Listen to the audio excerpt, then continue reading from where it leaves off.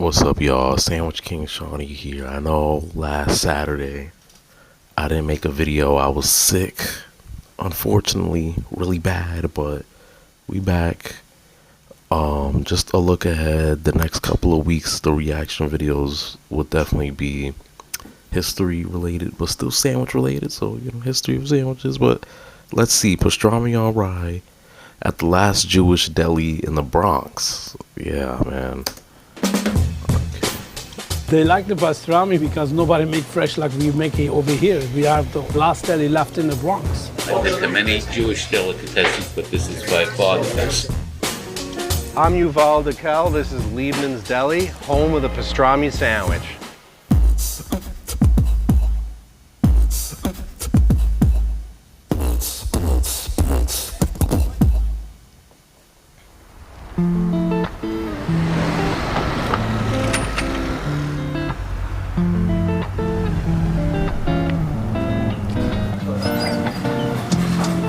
Bro, this looks more like a diner, bro.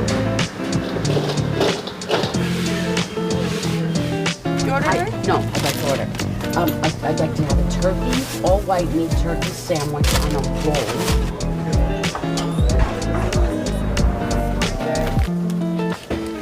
My name is Yuval Dekel. I'm the owner of Liebman's Deli. We've been here since 1953. Liebman's is located in the northwest corner of the Bronx in a neighborhood called Riverdale. It's not as well known as Lower East Side, but there's always been quite a large Jewish presence here.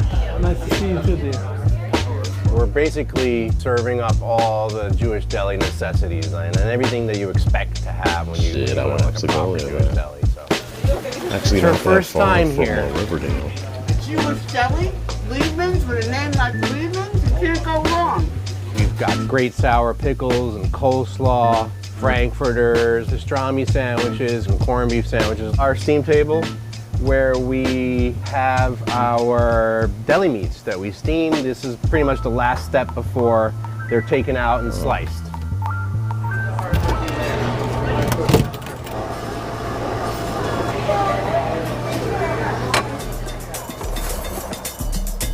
Best-selling item is by far the pastrami sandwich. The pastrami sandwich is basically 2 or 3 things at the most. Great rye bread, and then pile sliced pastrami on real high. Slap that rye bread right on top, slice it in half, boom, good to go.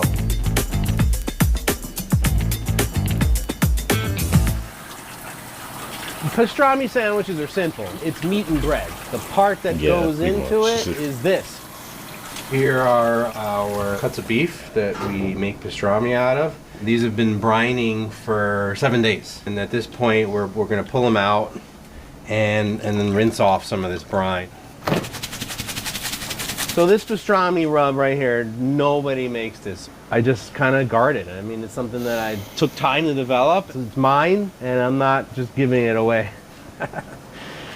So we're basically roasting our pastrami, a little bit of wood chips in there for some smoke flavor as well, about 250 degrees for 3-4 hours.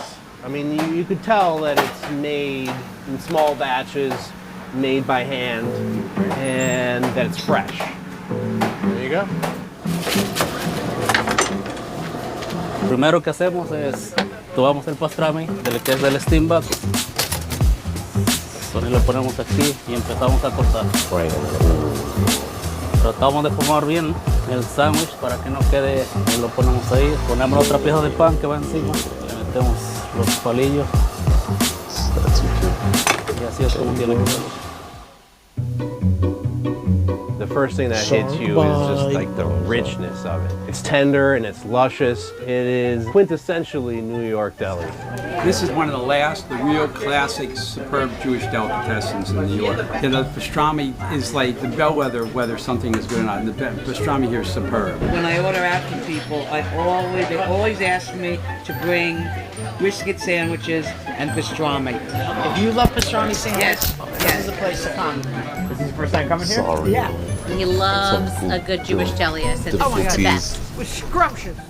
People tell me all the time, you know, it's a great pastrami sandwich, it's the best pastrami sandwich, it's the real deal. I think that they're appreciating the fact that we're still here and that you can actually still get something that is exactly the same way we've been serving it for 70 years. We kind of maintain this like less is more mentality, and it's not always going to get you the most hits on social media, but deep down inside, we're proud of what we do. We're kind of stubborn in that way, right there. and it really wouldn't be a proper New York deli if we didn't do that. Well, if I was to say something about this Jewish deli, you know, and them talking about not being trending or whatever, you know, I respect that. That's real preservation right there of, I guess you could say, the culture or whatnot, you know, just the simple pastrami on rye you come and get here, and, you know, like brisket and stuff like that. And, you know, it is what it is, you know, and it's just the vibe, the atmosphere. I get it.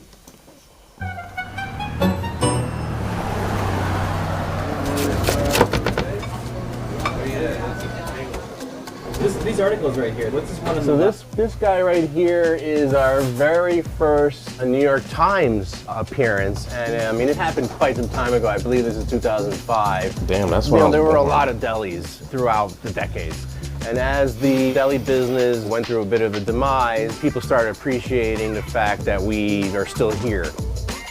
My name is Hekan Baruku. I'm doing a waiter over here in Little Bit Wiles. First time I came in here, we used to have a lot of old people here coming in, and all those people are gone already.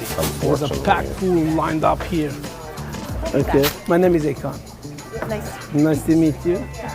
In the Bronx, in the early 1900s, there were a lot of Jewish people living here, and there were delis almost in every other corner. Liebman's is like a time capsule. I know that term is used a lot, but Jewish deli as a whole is based on old school style of food. And so I think the best delis are known for how they preserve that. I mean, I don't know. I feel like there's not really much difference between, you know, this Jewish one and the other one that we saw 2 weeks ago, the Fonte's. Like, there's not really much difference between the Jewish and Italian delis. Don't attack me.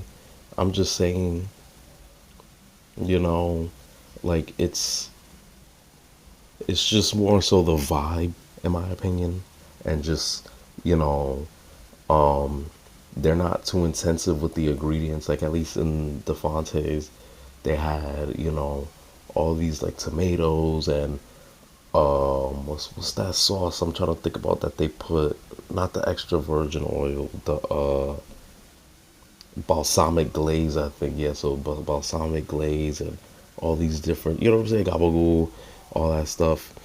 And so, yeah, you know, and then usually, I don't know, what I perceive as a deli is, you know, like the Ak, like the Arab store or whatever, or, you know, I'm Puerto Rican, so I go to a lot of Puerto Rican and Dominican delis, and like they're way smaller, you know, you just order your sandwich and go type shit. So, yeah, let me know in the comments.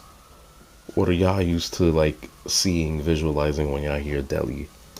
I've been coming to Liebman's Deli forever. I've been coming to Liebman's since the day it opened. I remember the original owners. Now I believe it's his son or daughter that is the owners of the place now. I've been running Liebman's since 2002. My dad owned it for 20 years about prior to me owning it. In 2002, he passed away. Damn. It was always It's the only thing that's guaranteed in life is dying, unfortunately. You know, we would run around here as kids, you know, my brother and I. Yeah, this was like our second home, even the first home, right? Because we spend more time here than at home. So when I started running Liebman's, I was 24 years old. Before I was in a band, I'm a drummer in a metal band. We've accumulated a bit of merch over the years. So, you know, I'm a big metalhead, love heavy music, love all kinds of music, but you know, metal was like my first love. You know, those worlds were separate for a long time, so I said, hey, you know what, I'm putting them together. It wasn't something I was planning on doing, but we wanted to run the deli simply because we were so motivated by continuing what he had been doing for all these years. I thought about this a lot. Dad would be really proud. I think he'd be blown away just because, well, first of all, I've been doing it for about 22 years, surviving a pandemic, getting all this notoriety. But yeah, he's always going to be remembered. His picture's upstairs, and so we'll always remember Dad here. I can clean the table, yes? Liebman's is a That's why gem. you just. I'll take it. I hate to get deep and serious, even though the video is about to end. Actually, I'll let it end before I even go I there. hate to see it ever leave Riverdale because you can't never find a delicatessen as good as this one. Ooh, For us there's to cats in the succeed is head. to I kind of don't know, continue what we're already doing. Continue the legacy of the New York Jewish deli. I mean, it's something that we're really proud of and we feel is a great experience for people to enjoy. So we've quietly kind of been doing our thing, and we managed to maintain something that is very unique to us because we just love what we do.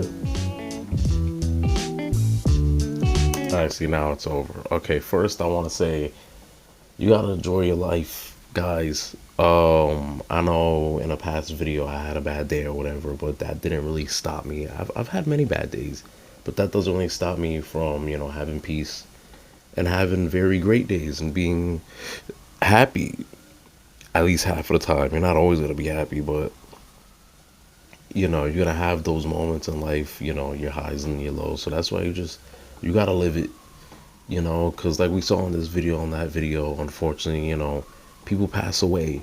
So definitely enjoy your life for the most part, you know, make something out of it. Like we see with these deli owners and whatnot, you know, it's really a beautiful thing.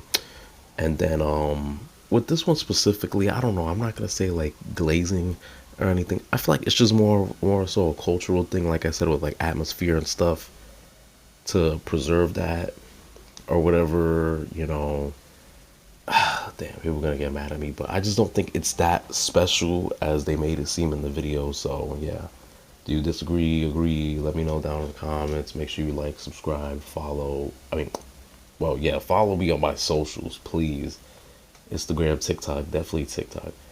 But also repost, do whatever you gotta do, and yeah, I'm out of here.